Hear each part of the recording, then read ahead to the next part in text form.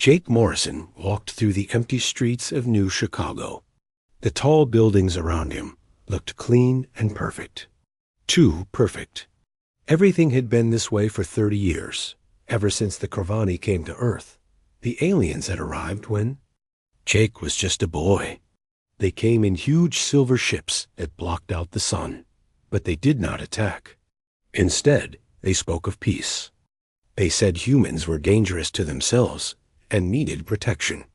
The world's leaders had no choice but to agree. Now, Jake was 42 years old. He had been a soldier once, before the Corvani banned all human military forces. These days, he worked in a factory making simple tools. The aliens said humans could not be trusted with advanced technology. Jake stopped at a street corner and looked up at the sky. 3 Corvani patrol ships floated silently above the city. They were always watching, always making sure humans stayed in their assigned areas and followed the rules. A group of Corvani guards walked past him. They were tall and thin with gray skin and large black eyes. They wore white uniforms and carried energy weapons. One of them looked at Jake with those cold, dark eyes. Jake nodded politely and kept walking. The truth was, Jake hated them. He hated their fake smiles and their talk of peace. He hated how they treated humans like children who could not take care of themselves. But he kept these feelings hidden. Speaking against the Corvani was forbidden. Jake reached his destination, a small coffee shop on 5th Street. He pushed open the door and walked inside. The shop was nearly empty, just like most places these days. Humans were not allowed to gather. In large groups, behind the counter stood Amy Parker, a young woman with short brown hair and quick, intelligent eyes. She had been a computer programmer before the Corvani restricted human access to technology. Now she served coffee and pretended to be happy about it. The usual? Amy asked with a small smile. Yes, please, Jake replied. He sat down at a table. In the back corner, the same table he used every Tuesday for the past 2 years. Amy brought him his coffee and sat down across from him. To anyone watching, they looked like friends having a normal conversation. But Jake and Amy were part of something the Corvani did not know about. They were part of a small group of humans who refused to accept their new reality. Any news? Jake asked quietly. Amy glanced around to make sure no one was listening. Lisa called. She wants to meet tonight. She sounded scared. Jake frowned. Dr. Lisa Hayes worked at the Corvani Research Center outside the city. She was one of the few humans allowed to work with alien technology. Lisa had been feeding information to Jake's group for months. Did she say what it was about? Jake asked. No, but she said it was important. Really important. Jake nodded and finished his coffee. He left money on the table and walked out of the shop. His mind was racing. Lisa was usually calm and careful. If she was scared, something big had happened. That evening, Jake drove his old car to the meeting place. It was an abandoned warehouse on the edge of the city. The Corvani rarely patrolled this area because they thought it was empty and worthless. Inside the warehouse, Jake found Lisa waiting for him. She was a tall woman with long black hair and worried eyes. She was holding a small data device in her. Shaking hands. Jake, we have to talk, she said.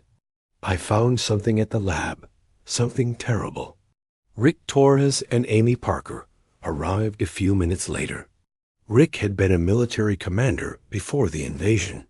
He was a big man with gray hair and scars on his face from the last war humans had fought against each other. What is it, Lisa? Rick asked. What did you find? Lisa took a deep breath. I was working late last night, organizing files in the genetic research section. I accidentally accessed the wrong database. I saw files I was not supposed to see. She activated the data device. Holographic images appeared in the air above it. Jake saw charts and graphs he did not understand, but the pictures were clear enough. They showed human bodies, human DNA, and human brains. The Corvani are not protecting us, Lisa said, her voice shaking. They are harvesting us. They have been taking genetic samples from humans for 30 years. They are studying our brains, our bodies, everything that makes us human. Amy gasped. Why? What do they want with our genetics? Lisa showed them another image. It was a Corvani medical report. Their species is dying. They cannot reproduce normally. Anymore. They need our genetic material to survive. They plan to use human DNA to create hybrid offspring. Jake felt cold anger building in his chest. How many people know about this? Just me, and now you three. If the Corvani find out I saw these files, they will kill me. Rick stood up and began pacing. This changes everything. We always knew something was wrong. But this ... this is genocide. They are not protecting us. They are farming us. Jake looked at the holographic images again. He saw reports about breeding programs and population control.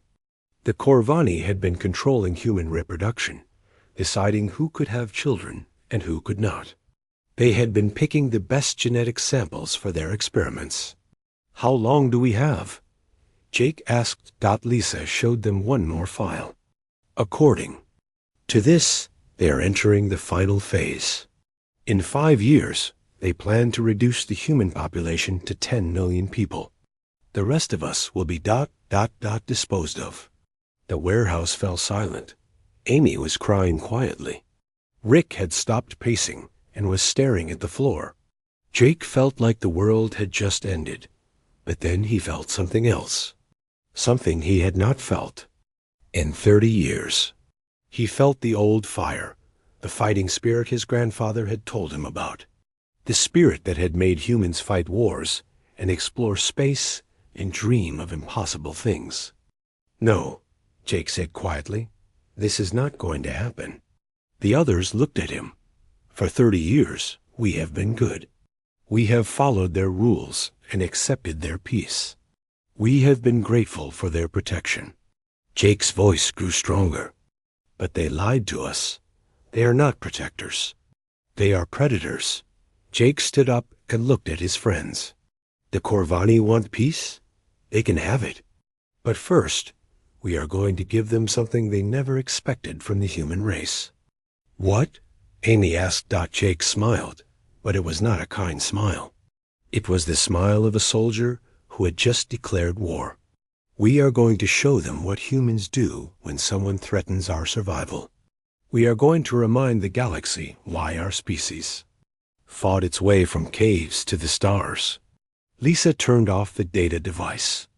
The warehouse returned to darkness, but something had changed. The age of human submission was over. The war was about to begin. The message spread like fire through dry grass.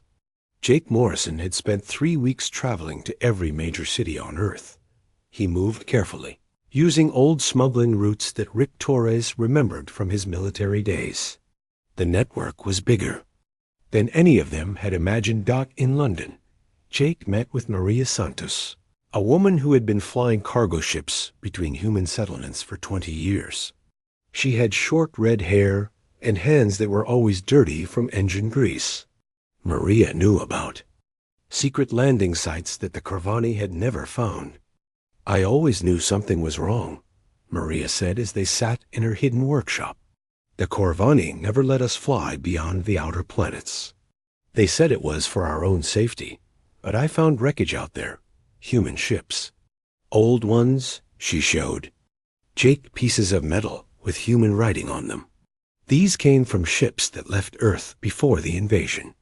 I think some of our people escaped, and the Corvani hunted them down.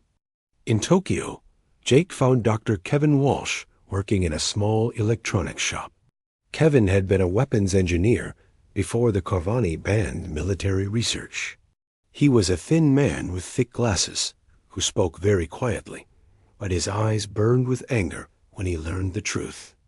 I have been saving components for 30 years, Kevin whispered. Old military equipment, power cells, processing units. I told myself it was just in case we needed them someday. He smiled sadly. I guess someday is now. Kevin showed Jake his secret workshop in the basement. It was full of half-built devices and circuit boards. I have been studying their technology too. The Corvani think we are too primitive to understand it, so they are not careful around us. I know how their shields work. I know how their weapons work. And I know how to stop them. The biggest surprise came in Denver. Jake was meeting with Julie Chun, a woman who cleaned offices in the Corvani Administrative Center. Julie was small and quiet, the kind of person no one noticed. That made her perfect for gathering information. But when Jake arrived at their meeting place, Julie was not alone. Standing with her was a man Jake thought was dead. General Pete Collins, former commander of the Earth Defense Forces. Pete was older now, his hair white and his face lined with age. But he still stood straight and tall like a soldier. He had been hiding in the mountains for 30 years, waiting for the right moment. Son, Pete said to Jake, it is good to see humans with fight left in them. Pete had not been idle during his years in hiding. He had been gathering other survivors, former soldiers and scientists who had refused to surrender. They had built a hidden base in the Rocky Mountains, far from Corvani patrols. How many? Jake asked. About 2,000.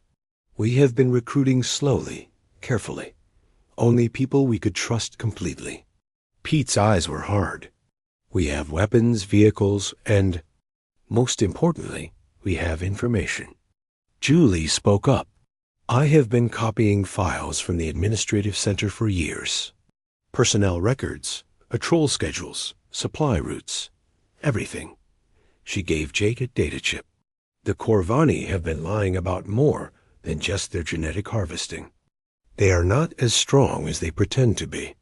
Their empire is spread thin across hundreds of worlds. Most of their military is busy fighting other wars. Jake felt hope growing in his chest. How many Corvani are actually on Earth?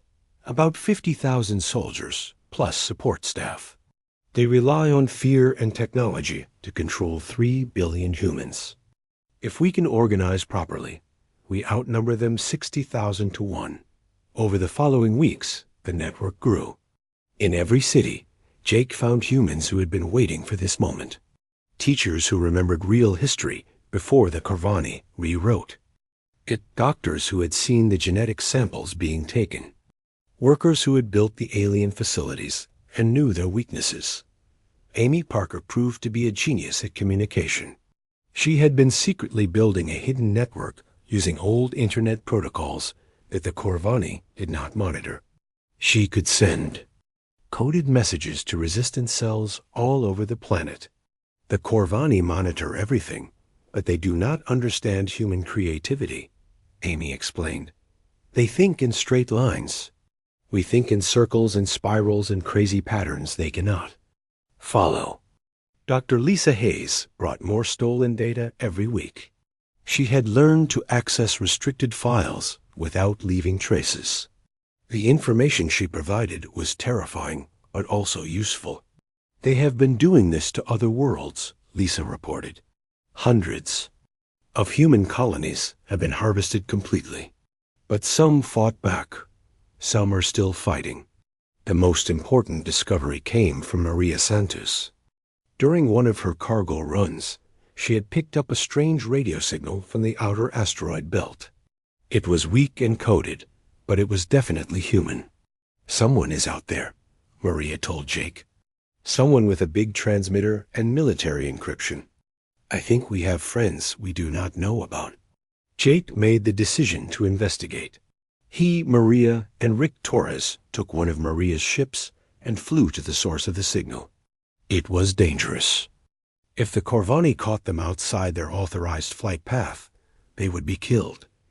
The signal led them to a large asteroid that looked empty and dead. But as they approached, hidden doors opened in the rock. Inside was something that made Jake's heart race with excitement. Ships, Dozens of human warships hidden in caverns carved from the asteroid's core. They were old but well maintained, upgraded with hybrid technology that combined human engineering with captured Corvani equipment. Admiral Ben Carter was waiting for them at the docking bay. He was a tall man with a white beard, wearing the uniform of the old Earth Space Navy. Behind him stood hundreds of men and women, all wearing the same uniforms. "Welcome to Freedom Base," Admiral Carter said. "We have been waiting a long time for this day." Carter explained when the Corvani invaded, some military units had refused to surrender.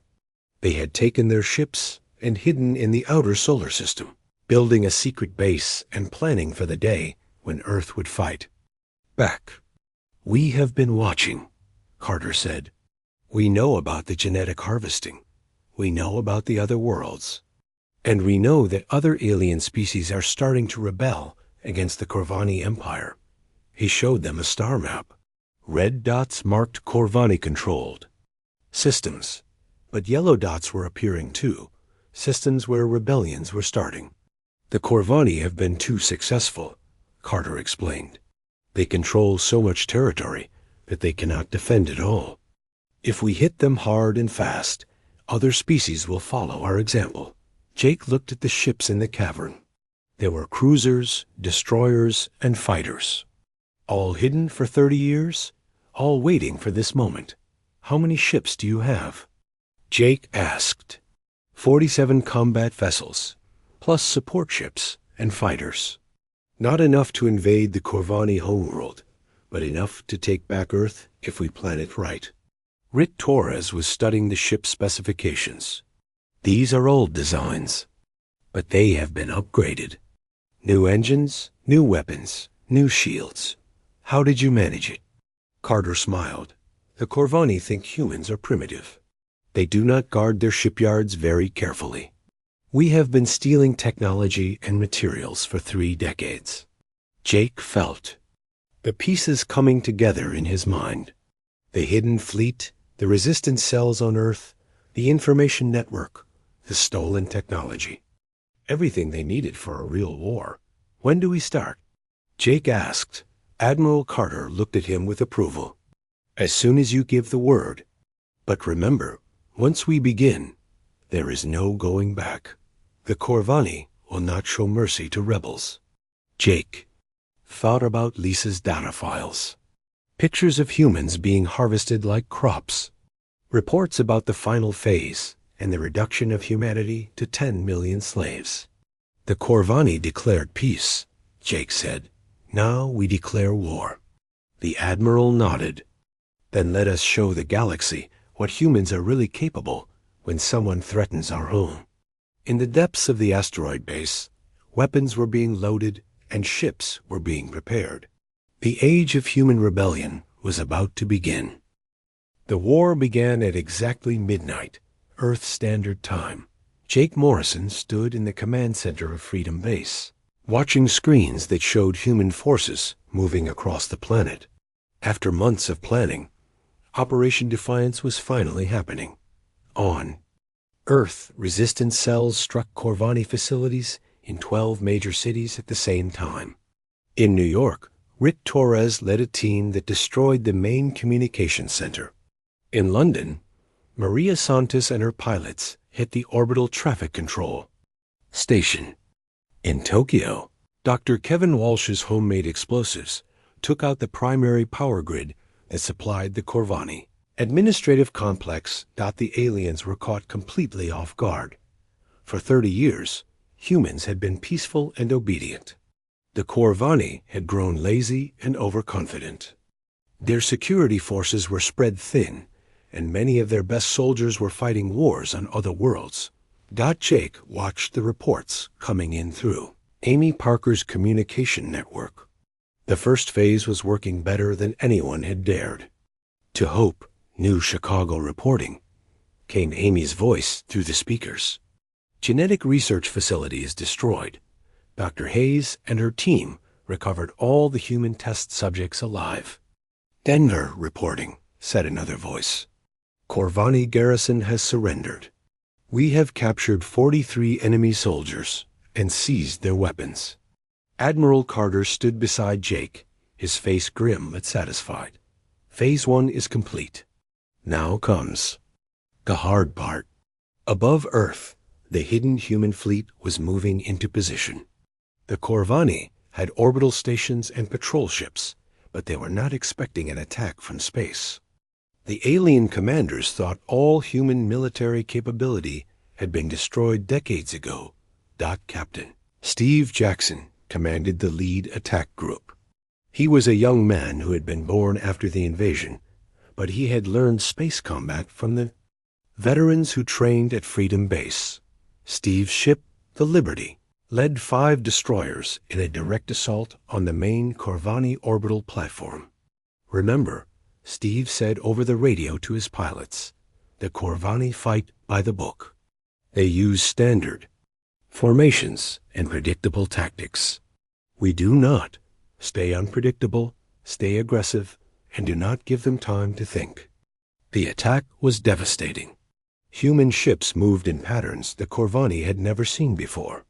Instead of the careful, methodical approach that most species used, the humans attacked from multiple directions at once, using speed and surprise instead.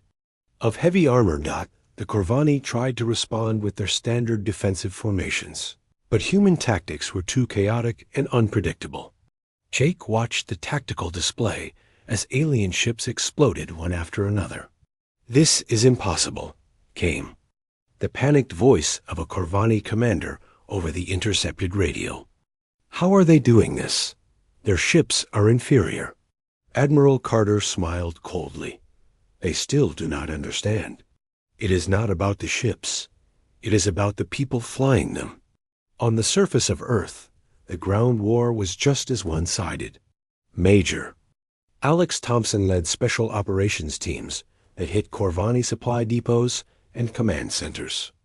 Alex was a small, quiet man who had spent years studying alien military procedures. He knew exactly where to strike to cause maximum damage. The Corvani soldiers were well-trained and well-equipped, but they had been fighting other alien species for so long that they had forgotten how to fight humans. Other species fought wars with honor and rules. Humans fought wars to win. "Target their communication arrays first," Alex radioed to his teams. "Cut them off from each other, then hit them from directions they do not expect." Dr. Nancy Ford had spent months developing special weapons designed specifically to fight Corvani physiology. The aliens had thick skin and were resistant to many forms of damage, but Nancy had found their weaknesses. "Their nervous systems are more sensitive than ours," Nancy explained to the assault teams. "These sonic weapons will disrupt their balance and coordination. These chemical compounds will interfere with their breathing." The weapons worked perfectly. Corvani soldiers who had seemed nearly invincible suddenly found themselves helpless against human innovation. But the biggest shock to the aliens came from Lieutenant Kate Williams and her psychological warfare unit. Kate was a young woman who understood that winning wars was about more than just destroying the enemy's body. You had to destroy their will to fight. Kate's teams broadcast messages to every Corvani unit on Earth. The messages were simple but terrifying. "You came to our world. You enslaved our people. You harvested our children. Now you will learn why the galaxy should fear humanity." The broadcasts included video footage of human attacks. They showed Corvani forces being defeated by what the aliens had always considered a primitive, harmless species. The psychological impact was enormous. "Sir," reported a Corvani officer to his commander, "morale is collapsing. The troops are saying that humans are monsters, that they fight like demons." Jake felt no sympathy for the alien soldiers. They had come to Earth as conquerors. They had treated humans like cattle. Now they were learning what happened when you backed a dangerous species into a corner. The battle for the orbital platforms lasted 6 hours. When it was over, every major Corvani installation in Earth's orbit had been destroyed or captured. The human fleet had lost only 3 ships, while the aliens had lost everything. On the surface, the Resistance had captured or destroyed every major Corvani facility. Thousands of alien soldiers were dead or prisoners. The genetic research centers were in ruins. Their horrible experiments ended forever. But Jake knew this was only the beginning. As he watched the tactical displays, new contacts appeared at the edge of the solar system. Corvani reinforcements were arriving from their core worlds. "Admiral," Jake said, "we have company." Carter nodded. "I expected this. The Corvani cannot let Earth's rebellion succeed. If other worlds see that humans can defeat them, their whole empire will fall apart." The reinforcement fleet was massive. Hundreds of ships, including heavy cruisers and battle stations that the humans had never seen before.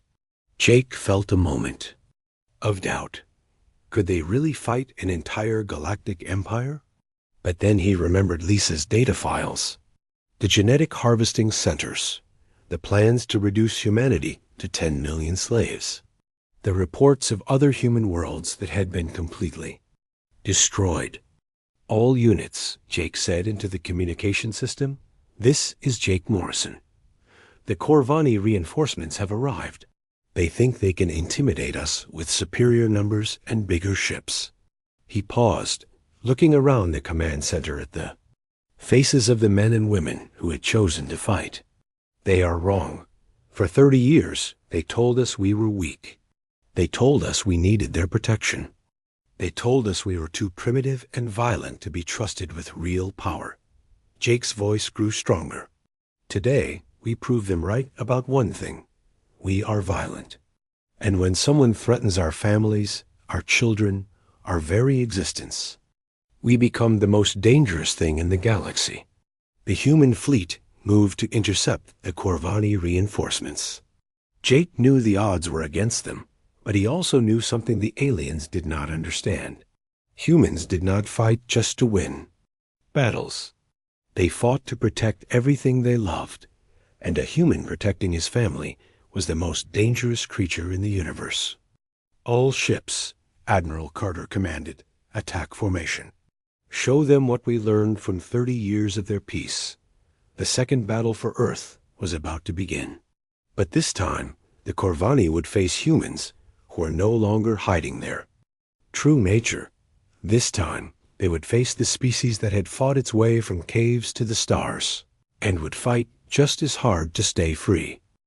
The battle above Earth lasted 3 days. Jake Morrison watched from the command center as human ships fought with a ferocity that shocked the Corvani reinforcement fleet.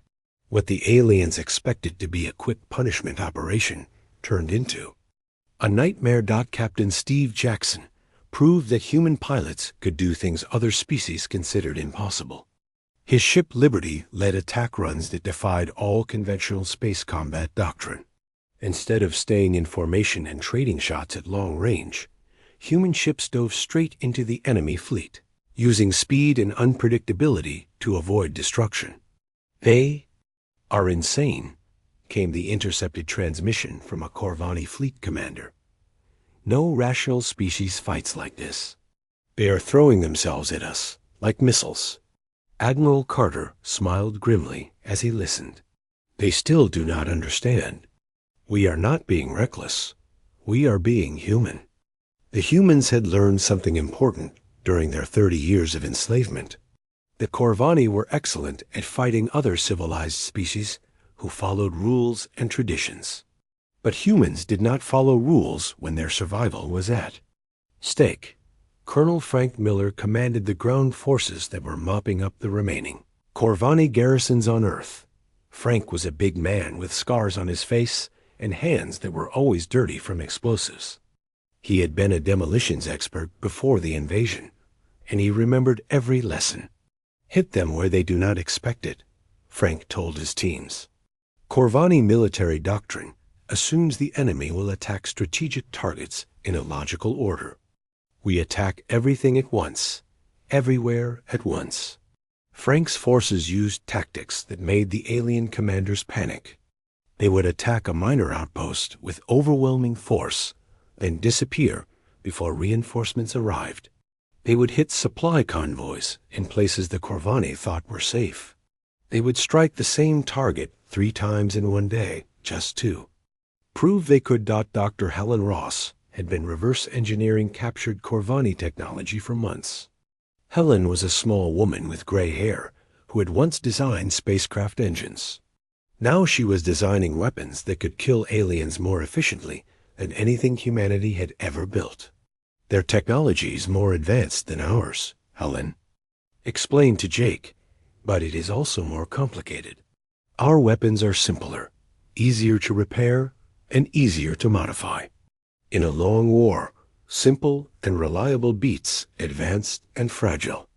Helen's workshops were producing hybrid weapons that combined human engineering with alien technology. The results were devastating.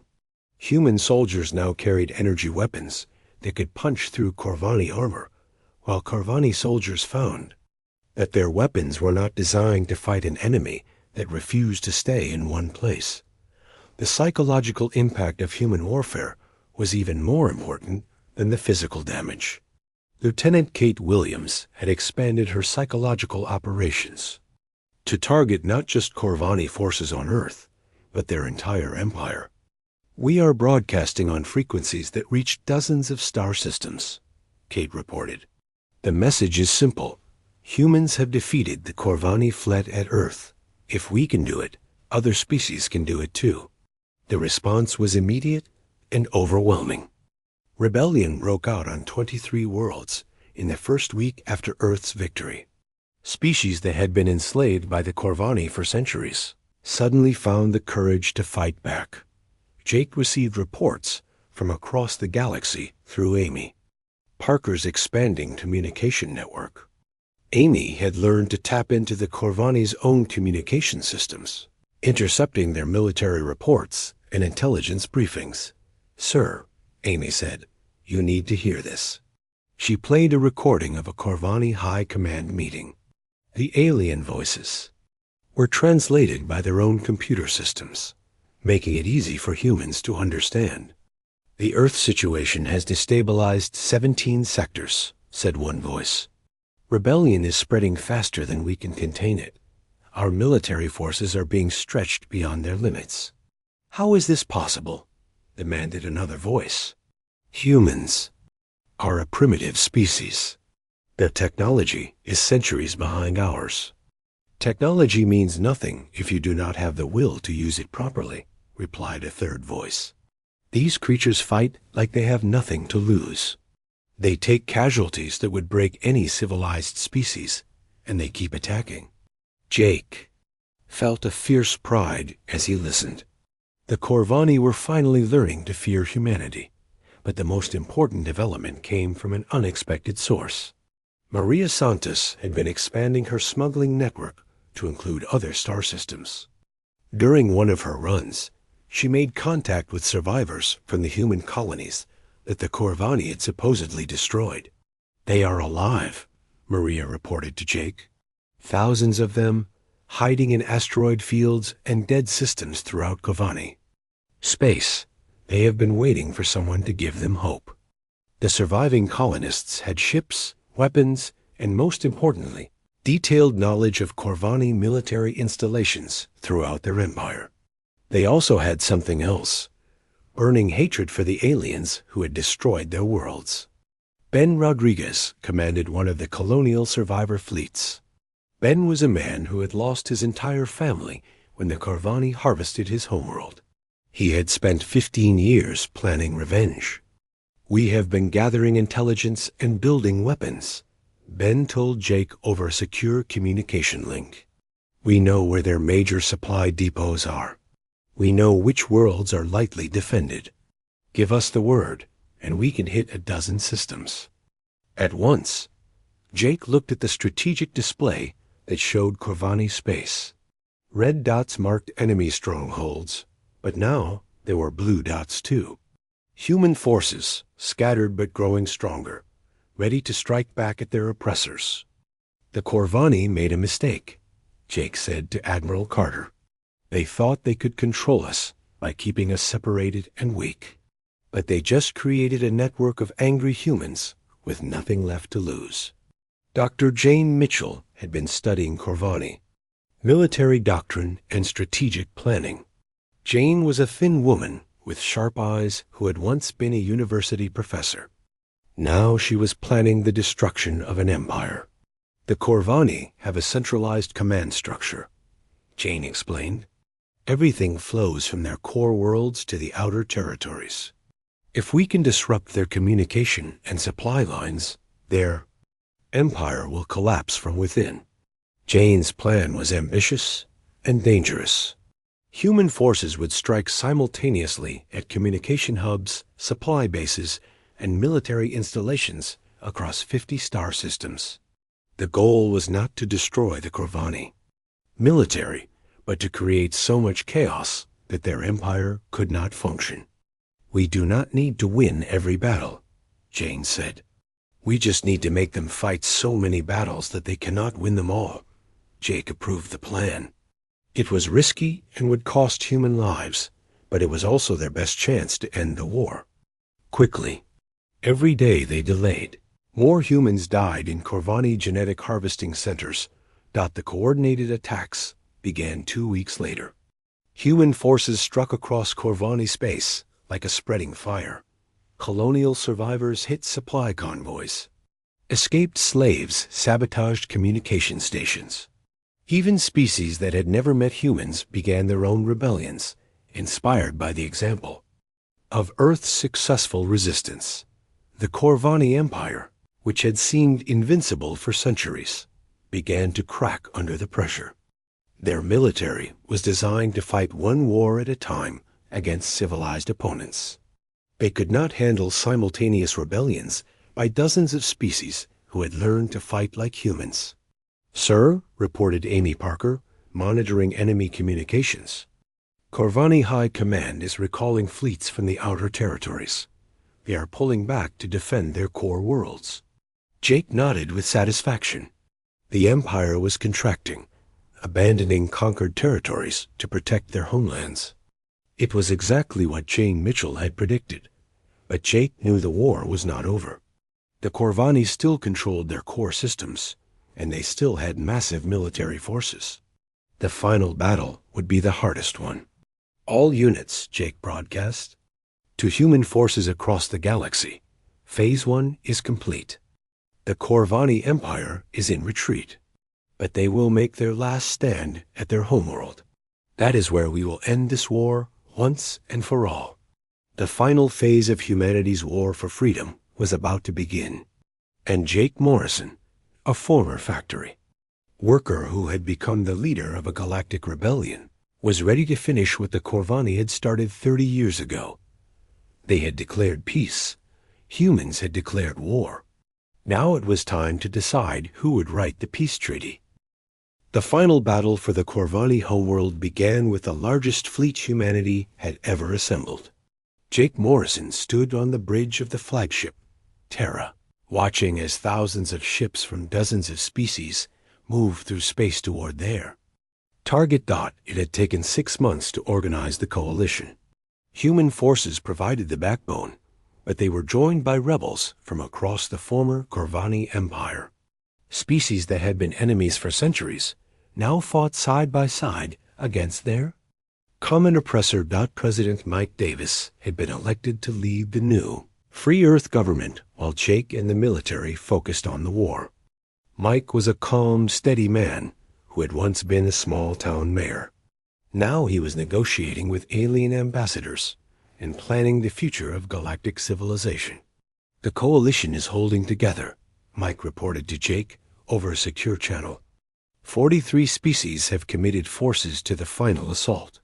They are all looking to humanity for leadership. Jake found that both inspiring and terrifying. 3 years ago, humans had been slaves and cattle to the Corvani. Now they were leading a rebellion that spanned half the galaxy. Ambassador Susan Clark was coordinating with the alien species in the coalition. Susan was a woman who had once worked for the old United Nations, back when Earth had its own government. She understood diplomacy and a delicate balance of keeping allies united. Some of our allies are having second thoughts, Susan warned Jake. The Corvani homeworld is heavily defended.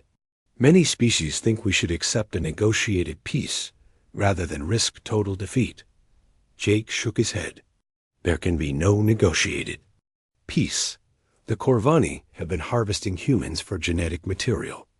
They have been committing genocide on dozens of worlds. This ends when their ability to hurt innocent people ends, not before. General Paul Anderson commanded the combined fleet from the Terra. Paul was a man who had been born on a space station and had never lived on a planet. He understood three-dimensional combat better than anyone else in the coalition. The Corvani have pulled their entire navy back to defend their homeworld, Paul reported. We are looking at over 3,000 enemy ships, plus orbital defense platforms and ground-based weapons. They outnumber us 2-1. Jake studied the tactical display. The Corvani homeworld was surrounded by layers of defenses that had been built over centuries. Any conventional attack would fail with massive casualties. But humans had not fought this war using conventional tactics. Dr. Jane Mitchell had been studying the Corvani homeworld for months, analyzing every piece of intelligence they could gather. Jane had discovered something interesting about the alien capital. The Corvani built their defenses to protect against other alien species, Jane explained. They expect enemies to approach slowly and methodically, following standard military doctrine. Their entire defensive plan assumes rational, predictable opponents. Jake smiled. Good thing we are not rational or predictable. The plan that Jane developed was insane by any normal military standard. Instead of a careful, methodical assault on the outer defenses, the human fleet would do something no species had ever attempted. They would attack everything at once. We split the fleet into 50 attack groups, Jane explained. Each group hits a different target simultaneously. Command stations, weapon platforms, supply depots, communication hubs, everything. The Corvani will not know where to focus their defenses. Captain Steve Jackson, now promoted to admiral, would lead the most dangerous part of the assault. His ships would punch straight through the outer defenses and attack the planetary surface directly. The Corvani expect us to fight for control of orbit first, Steve said. Instead, we go straight for their government centers and military command. Cut off the head, and the body dies. The attack began at dawn, Corvani time. The coalition fleet emerged from hyperspace in a formation that made the alien defenders panic. Instead of the neat, organized approach they expected, ships were coming from every direction at once. This is impossible, came the voice of a Corvani fleet commander over the intercepted radio. No species attacks like this. They are going to destroy themselves with friendly fire. But the humans had trained for this moment. Amy Parker had developed a communication system that allowed thousands of ships to coordinate their attacks without interfering with each other. Every pilot knew exactly where every other ship would be at every moment. The battle was chaos, but it was controlled chaos. Human ships dove through the Corvani defensive lines like arrows, striking targets and disappearing before the aliens could respond. Coalition forces followed in their wake, exploiting the gaps that human tactics had created. Colonel Frank Miller led the ground assault on the Corvani capital city. Frank's troops landed while the space battle was still raging overhead, using the confusion to establish beachheads on the planet's surface. Remember, Frank told his soldiers, we are not here to conquer. We are here to end this war. Destroy their ability to fight, but protect their civilian population. We are not like them. The ground battle was different from the space combat. The Corvani fought desperately to defend their homeworld, and their soldiers were brave and well-trained. But they had never faced an enemy that fought with the fury of humanity, protecting its children. Dr. Nancy Ford's weapons proved devastating against Corvani forces. The sonic disruptors and chemical compounds she had developed turned the aliens' physical advantages against them. Corvani soldiers who had seemed unstoppable found themselves helpless against human innovation. Lieutenant Kate Williams coordinated psychological operations that targeted the Corvani civilian population. But instead of spreading fear, her broadcasts offered hope. "This war ends today," Kate's voice echoed through the Corvani capital. "Surrender now, and we will show you the mercy you never showed us. Continue fighting, and learn why the galaxy has come to fear humanity." The message was accompanied by footage of the space battle. Corvani citizens watched their invincible navy being destroyed by a species they had been taught to consider primitive and harmless. Jake watched the battle from the Terra's command center. Reports were coming in from all across the planet. Human and coalition forces were winning everywhere, but the cost was high. Every victory was paid for with the lives of soldiers who had chosen to fight for freedom. "Sir," Amy reported, "we are receiving a transmission from the Corvani High Command. They want to negotiate." Jake felt a moment of temptation. They could end the fighting now, accept a compromise that would save lives on both sides. But then he remembered Lisa's data files from 3 years ago. The genetic harvesting centers had plans to reduce humanity to breeding stock. "Tell them we will accept only unconditional surrender," Jake replied. "Their military forces will be disbanded. Their empire will be dissolved. They will face trial for crimes against sentient life."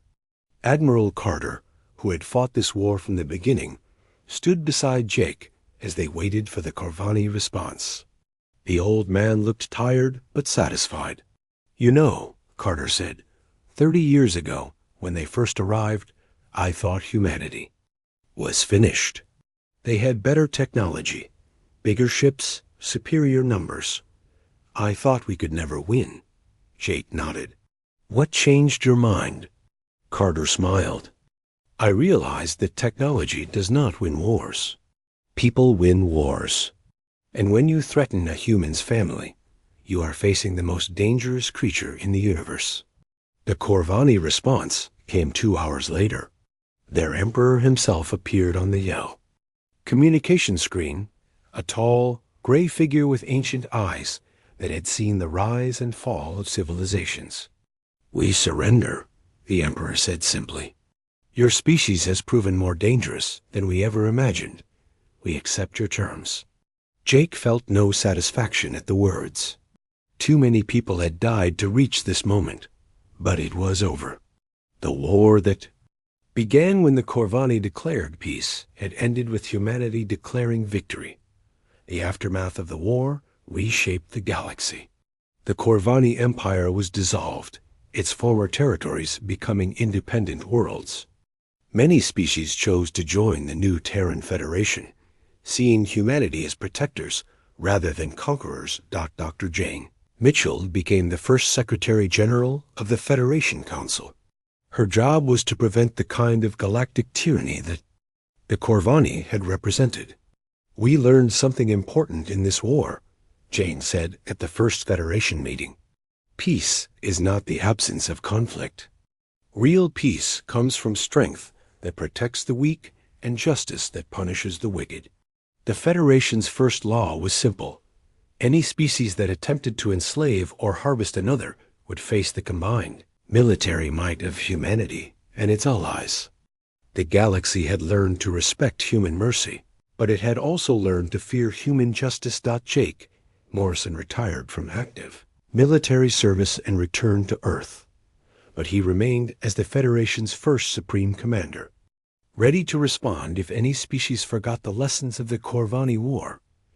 He often walked through the rebuilt cities of Earth, watching human children play in parks that had once been Corvani administrative centers. The children did not know about genetic harvesting or breeding programs. They were free to dream of the stars and plan their own futures. Sometimes alien visitors would ask Jake how humanity had managed to defeat a technologically superior empire. His answer was always the same: The Corvani made one mistake, Jake would say.